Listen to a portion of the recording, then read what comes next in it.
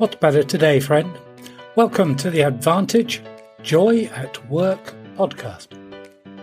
I'm thrilled that you've joined me here as I help marketplace leaders unstuck their true potential, to thrive in life and leadership, to build successful, sustainable business with collaborative, high-performance teams and joy at work with practical, neuroscience-based advantage guides and coaching. If you need an outside voice with a fresh perspective to challenge and empower you, your team, or business to a new level of performance and engagement, then let's talk now.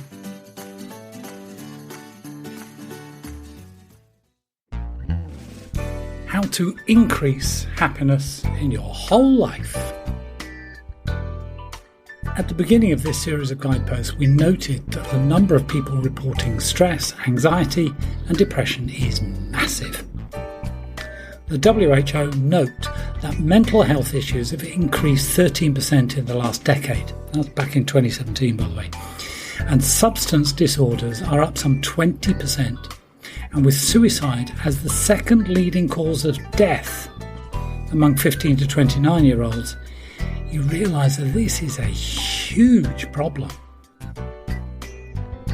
1 billion people across the world suffer a mental health problem in 2022. That's 1 person in every 8. It's the WHO World Mental Health Report 2022. There's a link in the show notes for you. The increase of substance abuse is evidence that people are trying to cope with their stress, anxiety and depression with the pleasure of the dopamine high. This is creating a dopamine imbalance which can lead to addiction and is instead making us chronically unhappy, according to Dr. Robert Lustig in his excellent book, Hacking of the American Mind. In all our striving in the pursuit of happiness, we seem to be paying the price in alcohol and drug abuse, gambling, excess unhealthy food, ice cream, chocolate, smoking and social media likes. Meanwhile, stress and anxiety are on the rise and incidents of rage make the news daily. And that stress and cortisol increase reward-seeking behaviour and decrease reasoning ability. The world isn't in pursuit of happiness. It's seeking pleasure to offset the stresses of living because it's quicker than actually pursuing happiness and joy. How do you increase happiness and joy in your whole life? Oh, I'm so glad you asked. As I mentioned, taking a dopamine pleasure high route is quicker, especially abusing substances, but it's short-lived. And within minutes or hours you'll be after another high due to the increase in dopamine imbalance and addiction. Instead, we can deal with chronic unhappiness and gain long-term benefits through some simple, deliberately changes to how we go about our everyday life. Dr. Lustig proposes a solution he calls the 4 C's of happiness: connect, contribute, cope, and cook.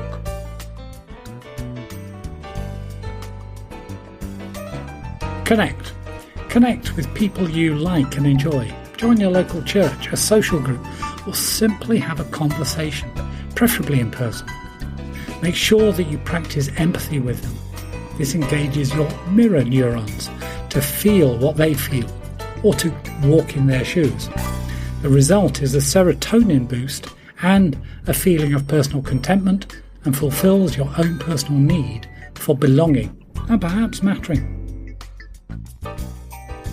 Time with pets can also be beneficial and achieve much the same result. By the way, emailing, Facebooking, Instaing, Twittering or whatever else is not connecting. Our second C is contribute. Give something of yourself, your time, your resources, your skills, your energy and your attention to something larger than yourself. Volunteer at a shelter, help a charity, make or repair something for someone else who needs your help. Giving to others is self-transcendent, it's serving. Spoiler alert, this is a large part of your purpose in life. and fulfills your personal needs to matter. Cope. 3 activities that will help your serotonin receptors in your brain and hence make you feel happier and better. Sleep, mindfulness and exercise. Sleep deprivation increases stress and cortisol and causes depression. Sleep is so essential for your brain and body and can fill several volumes alone for the essential benefits and much advice. Read, for example, Why We Sleep by Matthew Walker, or Claudia Requires 7 Healthy Tips for a Better Night's Sleep. By the way, screens kill sleep. And trying to multitask, which you cannot, is costing you sleep because it increases stress and cortisol. Second coping thing, mindfulness practice. Helps you alter your brainwaves and calms your mind very deliberately. We'll be using a mindful process in bridging from stress to joy. Exercise regularly. Whatever takes your fancy, I personally recommend walking. Even better with some company or a dog. Decent, brisk walking is nothing but beneficial. Running is tougher on your body. Cycling means dodging pedestrians and cars. And good stretching is amazingly beneficial. Pilates or yoga for low impact. Combine exercise with mindfulness is better than using SSRIs for treating depression. By the way, TV, Netflix, surfing increases dopamine, kills sleep, is mindless, and usually accompanied with unnecessary trips to the fridge for another beer, candy bar, or ice cream. And our fourth one is cook for yourself. If you don't know how to cook, you are being held hostage by the food industry. Most who are in it to make profit and care less about your health and well-being and like you being addicted to sugar highs and so on. You need to boost 2 items in your diet and knock one out. Up. Tryptophan, more omega-3 and less fructose. Tryptophan is a rare fatty acid, sometimes found in whole milk, nuts, seeds, eggs, poultry and fish, especially salmon. It is the precursor to serotonin. You need more of it. Omega-3 is another fatty acid and it's an anti-inflammatory and improves your mood. You can find it in fish, especially salmon and mackerel, algae, nuts, plant oils, and in additives for eggs in particular these days. Fructose, less of this, is added sugar. Reduce, better still, cut it.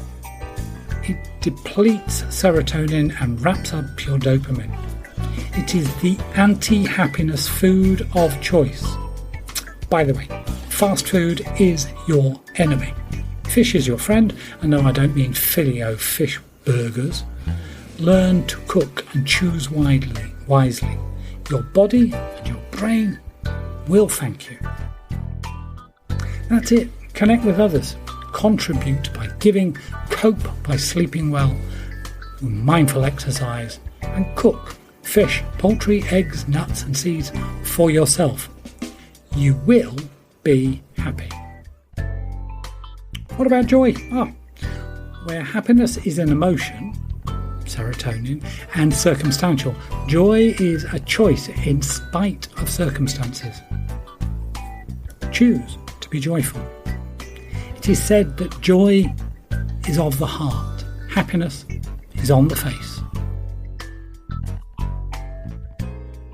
In our next guidepost, we're going to tackle how to increase joy at work.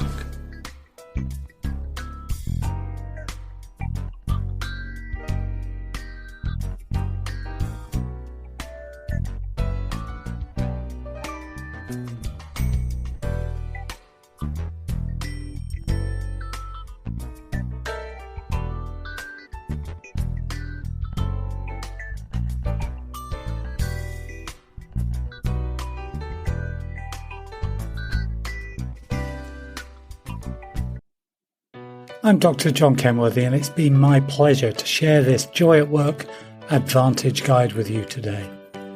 Thank you for joining me and supporting my work. Remember, if you ever think that you might benefit from an outside voice with a fresh perspective to challenge and empower you, your team or your organisation to a new level of performance and engagement, then let's talk now. You can follow the link at my website, joyatwork.coach. And if you know someone you know would benefit from this Joy at Work guide, please share this with them, either by sharing the podcast link, or if you're listening on the Joy at Work website, it's even easier to just click the share button.